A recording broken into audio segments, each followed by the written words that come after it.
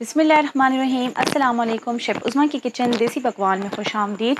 आज मैं आपके साथ बहुत ही ज़बरदस्त बीफ कढ़ाई टिक्का की रेसिपी शेयर करूंगी। तो चलिए बनाना स्टार्ट करते हैं।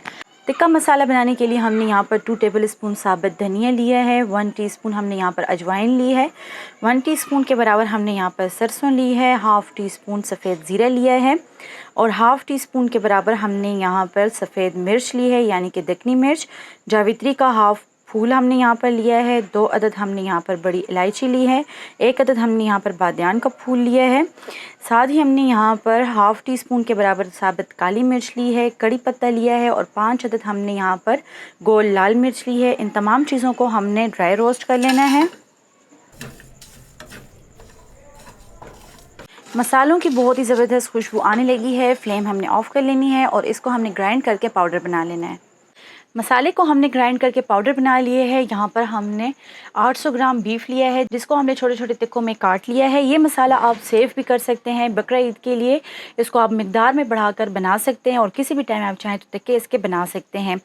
और यही मसाला आप टिक्कों को लगाकर फ्रीज़ भी कर सकते हैं। जब आपने बनाना हो फ्रीज़र से आपने टिक्के निकाल के इसको आपने बना लेना है। मसाला शामिल करने के बाद अब हम इसमें डालेंगे नमक और लाल मिर्च। नमक हमने यहाँ पर हस्बे ज़ायक़ा लिया है और लाल मिर्च हमने यहाँ पर 1 टीस्पून के बराबर ली है।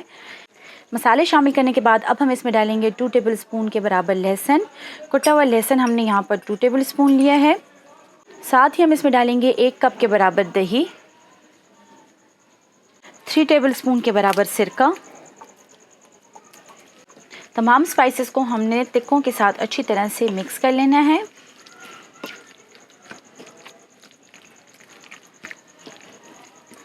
तमाम इंग्रेडिएंट्स को हमने अच्छी तरह से मिक्स कर लिया है। अब हम इसको 4 से 5 घंटे के लिए मैरिनेट होने के लिए छोड़ देंगे। 5 घंटे हो चुके हैं, आप देख सकते हैं दही ने अपना पानी रिलीज़ कर दिया है।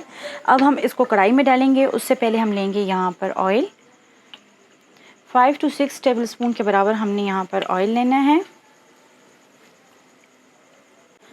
ऑयल डालने के बाद हमने तमाम टिक्के इसमें डाल देने हैं।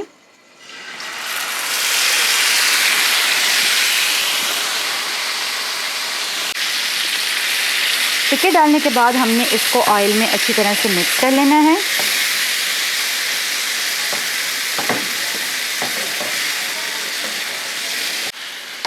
टिक्के और मसाला डालने के बाद हमने इसको ऑयल में मिक्स कर लेना है क्योंकि इस टाइम हम इसकी भुनाई नहीं कर सकते क्योंकि इसमें दही और पानी मौजूद है, इसलिए हम इसमें हाफ़ कप के बराबर पानी डालेंगे। पानी बहुत ज़्यादा नहीं डालना है क्योंकि हमने इसमें सिरका और दही ऐड किया है जो कि अपना पानी खुद रिलीज़ करेगा। इसलिए अब हम इसको कवर करके 45 मिनट के लिए रख देंगे हल्की आंच पर। 45 मिनट हो गए हैं। अब हम इसको खोलकर चेक कर लेते हैं। पानी इसमें खुश्क हो चुका है और खुशबू इसकी बहुत ही लाजवाब है। यहाँ पर हम चेक कर लेते हैं। टिक्का भी इसमें अच्छी तरह से गल चुका है। अब हम इसमें टमाटर डालेंगे,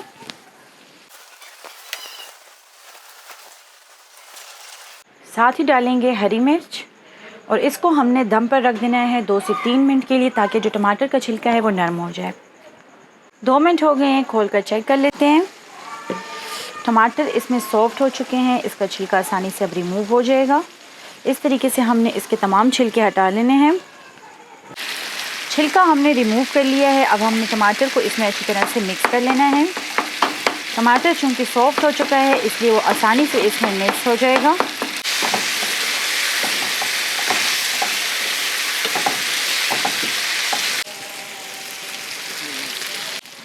टमाटर को हमने टिक्कों के साथ भून लिया है। यहाँ पर आप देख सकते हैं बहुत ही ज़बरदस्त इसकी खुशबू है और जो ऑयल है वो इससे सेपरेट होने लगा है और टमाटर भी इसमें बिल्कुल अच्छी तरह से मिक्स हो चुका है।